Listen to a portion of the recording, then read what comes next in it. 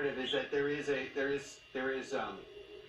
there's grains of truth to their argument, meaning, look, Democrats did make a decision not to wait for these court fights when it came to John Bolton and Mick Mulvaney and things like that.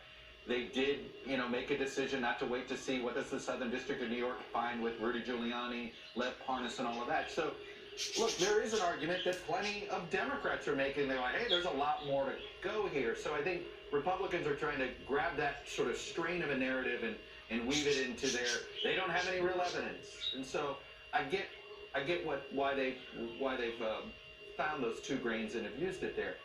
But ultimately, Lester, I do think this impeachment will end up being judged by the facts we learn in the next 6 months. And I think this is the real gamble here that Republicans are making, more so than the Democrats. And the gamble is this: they're taking the president at his word, they're standing behind him, and every time they turn around thinking they're on safe ground, there's these unknown things that happen.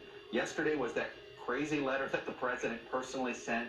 That made a lot of Senate Republicans uncomfortable. You've got the fact that Rudy Giuliani continues to run around Ukraine thinking that's a good idea while he's under investigation by the Justice Department and, of course, during this impeachment thing. So that's the risk here. Republicans have stood by him 100%, which means new information that essentially disproves the president's theory of the case here suddenly ends up backsplashing not just on the president, but everybody that stands behind him. So there could be an effort to try to validate an impeachment, in other words. That's what I think the politics of this is going to turn into, which is basically an attempt by Democrats to say, look, our impeachment was validated, and Republicans crossing their fingers that somehow there's information here that will show up that will invalidate it. I don't think they're going to have that luck on the right side. Right. Let's listen in. According to the clock on the screen, the vote has ended now on this first article of impeachment. And based on the numbers we see there, it has the numbers to pass, but they may still be tallying some late votes. So let's just dip in here for a moment.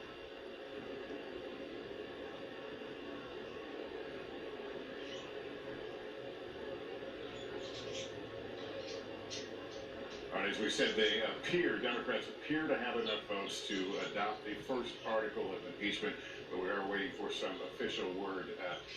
Andrea. They can, in fact, hold that vote open as long as they want. When you see a lot of people milling around, this is clearly a moment of history. They're talking amongst themselves. You also see that 40 people are still listed as not voting. And so it's now down to 39. We're seeing the tallies go. It's 223 to 169 as we're seeing it on the board here for those who are listening and not watching the screens. But clearly, they've got the votes. It would be a remarkable shift if suddenly people started shifting over. And the two people we expected, as Jeff Bennett was just reporting, Colin Peterson and Jeff Van Drew from New Jersey, Colin Peterson from Minnesota, who from a district where the president won by 30 points. Jeff Van Drew was only 5 points.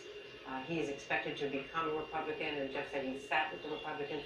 Those two have already been seen voting, so you're not going to see big shift. This article is overwhelmingly true. Far more than they needed. They only needed 214.